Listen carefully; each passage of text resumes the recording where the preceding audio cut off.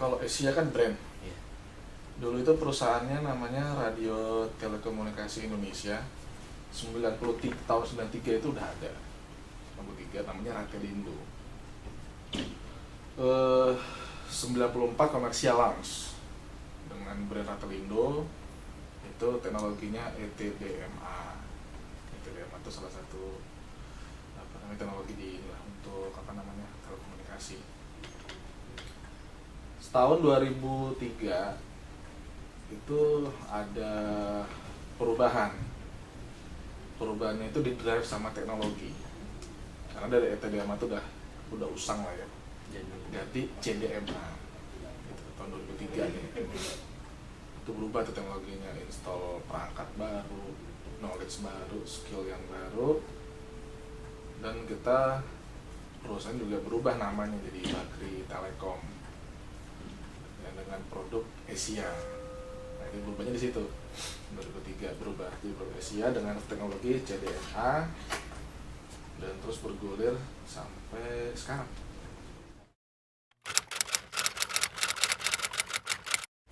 Organisasi secara prinsip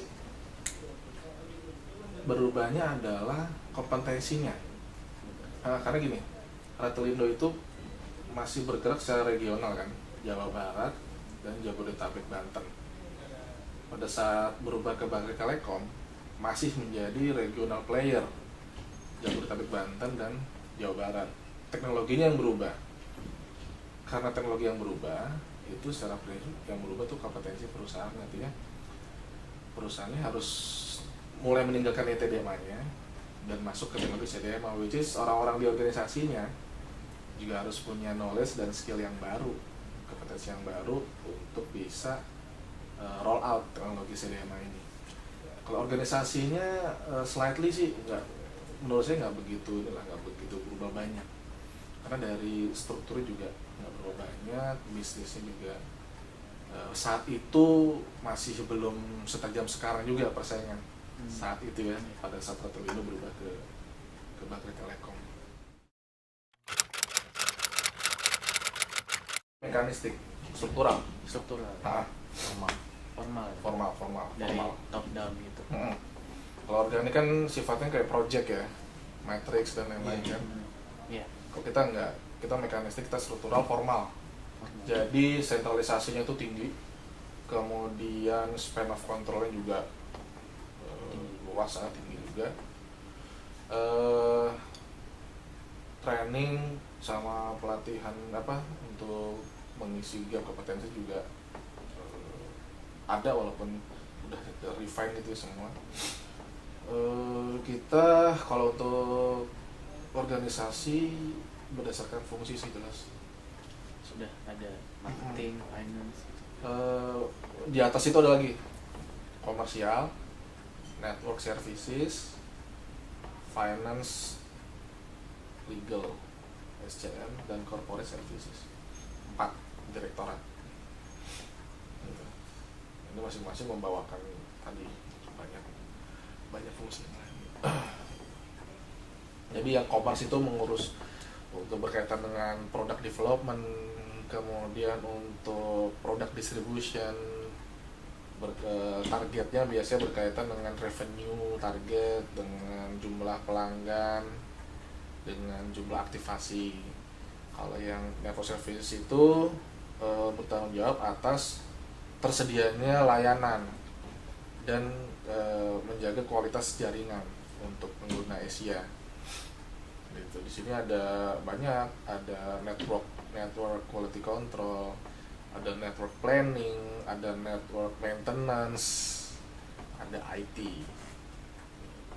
Kalau yang dua ini shared services istilahnya, finance, legal, SCM, itu satu direktur. Ini namanya juga udah jelas, finance, legal. Kalau SCM itu kan supply chain management, untuk produk, untuk warehousing, untuk procurement, itu di sini. Yang terakhir corporate services, ini berkaitan dengan layanan corporate, misalnya SR, GA masuk sini. Berkaitan dengan regulatory, atau regulasi tentang industri telco itu kayak gimana kalau di pemerintah. Kemudian berkaitan dengan hubungan antar operator, kan kita kan ada namanya interkoneksi. Kalau misalnya dari Asia nelfon ke Telkomsel, itu titiknya ketemu di mana, nah itu biaya yang keluar berapa, dihitung tuh. Terakhir business development dari sini. Kalau marketing tuh masuk di mana? Komersial. Nah, product development, brand awareness gitu ya, brand image, top of mind of brand, itu ada di komersial.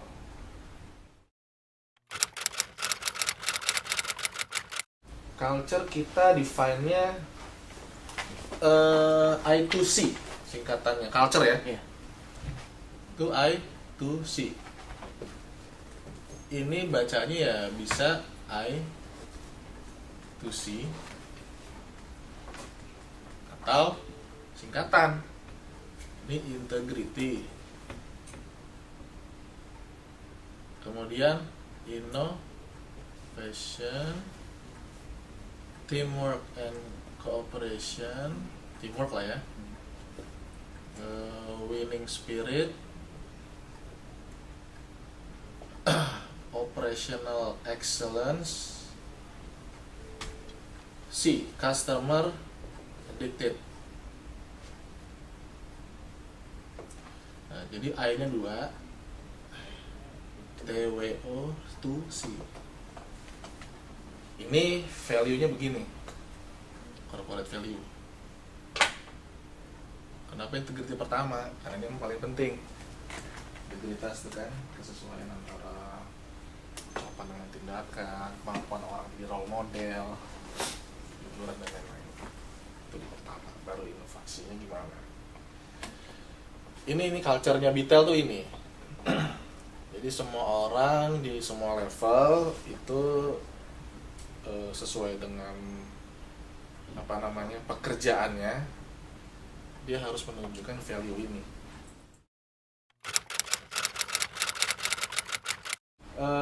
Kalau kampanye culture kan ada beberapa tahap ya, karena ada brand awareness. Brand awareness itu ada beberapa bentuk juga. Kita waktu itu lewat satu namanya kick off meeting. Kick off meeting itu karyawan dikumpulkan dalam satu tempat dan itu yang announce itu CEO. Nah, itu kick off-nya, tas dilempar sama CEO. Proses berikutnya adalah kampanye yang dengan menggunakan POP material. Apakah itu standing banner, apakah itu backdrop, apakah itu wobbler yang nempel di monitor. Nanti kita buat announcement di PC masing-masing user, running banner jalan gitu. Nah, itu yang kedua. Yang ketiga lewat workshop. Workshop ini tapi bukan I2C-nya. Yang kita workshopkan adalah way of work-nya. Gitu. Itu ada 3 tahap untuk awareness-nya.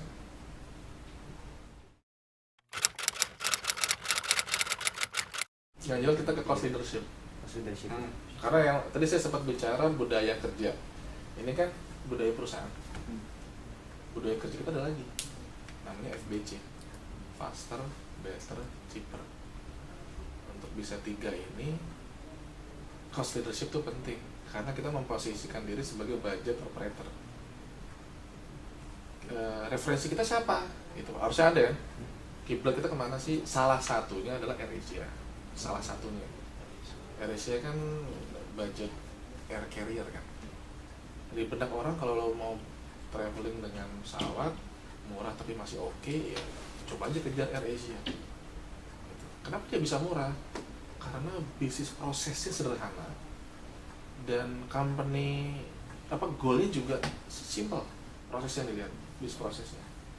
Jadi kalau tanya cost leadership, yes. Di telco itu ada patokannya. Misalnya dari jumlah karyawan aja dibandingkan subscriber itu ada rasionya.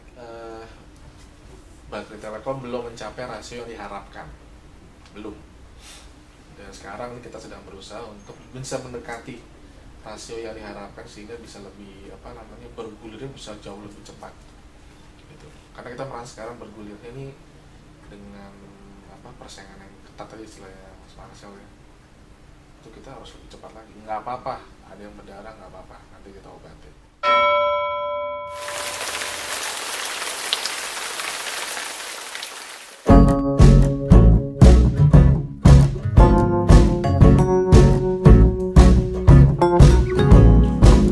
Je te propose